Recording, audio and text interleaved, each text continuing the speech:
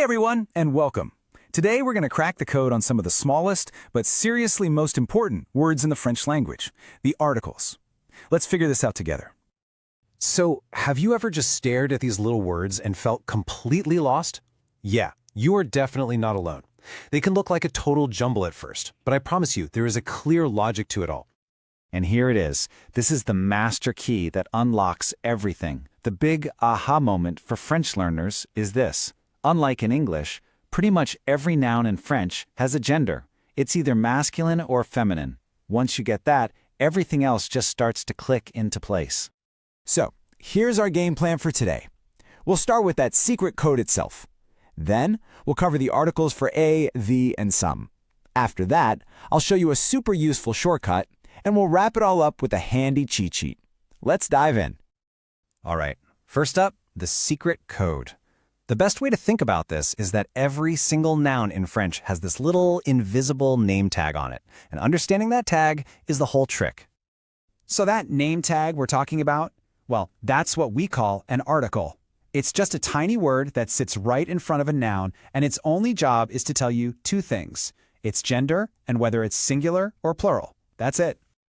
Okay, let's start putting this code into action. We'll begin with the French words for a or an, what grammarians call the indefinite articles. So what's their job? Well, they're used when you're talking about something general, not one specific thing. You know, when you say, I want to read a book, you mean any book, not that specific book on your shelf. It's just one among many. And this is where that whole gender thing really kicks in. If you have a masculine noun, you use un. If it's a feminine noun, you use une. And for any noun that's plural, you use de, which basically means some. Let's look at an example. Nous avons une maison. The word for house, maison, happens to be a feminine noun. So you have to use the feminine article, une. You just can't say un maison. It wouldn't be correct. It's all about making sure the article matches the noun's gender. Okay, so we've got a and an covered. Now, let's switch gears and get more specific with the French articles for the word the. These are what you use when you're talking about one specific thing that everybody knows you're referring to, right? You don't say an Eiffel Tower, you say the Eiffel Tower, because we all know which one you mean. You're pointing to a very particular thing. Just look at the difference here. It makes it so clear.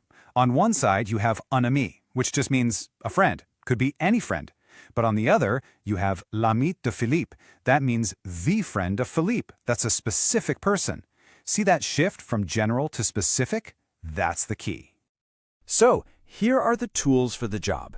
Just like before, you've got a masculine version, le, and a feminine one, la. For anything plural, you use les. But hang on, what's that new one, l? Don't worry, that's that special shortcut we're about to get to.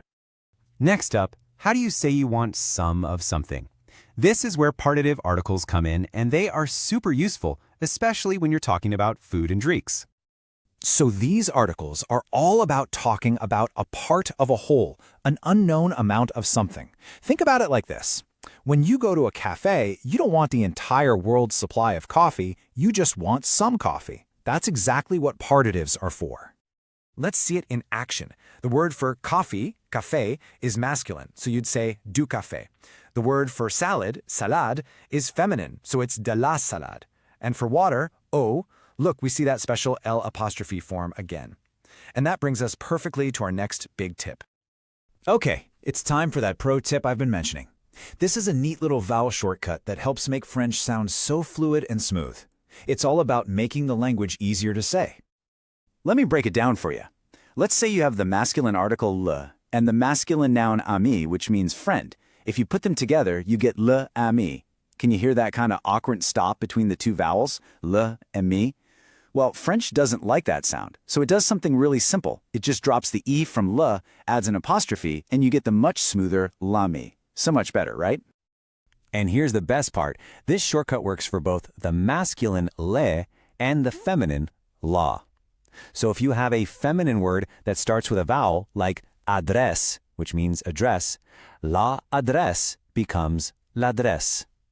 The same thing happens with de la. It's a simple little rule that makes a huge difference in how the language flows. Whew, we have covered a lot of ground. So now, let's bring it all together in one place. This is your ultimate cheat sheet. And there you have it, your complete guide. If you need to say a or an, you look at that top row and pick based on gender. If you need to say the, you go to the middle row and you remember that vowel shortcut. And if you need to say some of something you can't count, that bottom row has you covered. It all comes back to knowing the noun's gender and what you're trying to say. And that's really it. You now have the keys to the code. These little words aren't a big mystery anymore. They're just part of a system that you now understand. So the only real question left is, what are you going to go out and say first? Thanks so much for watching.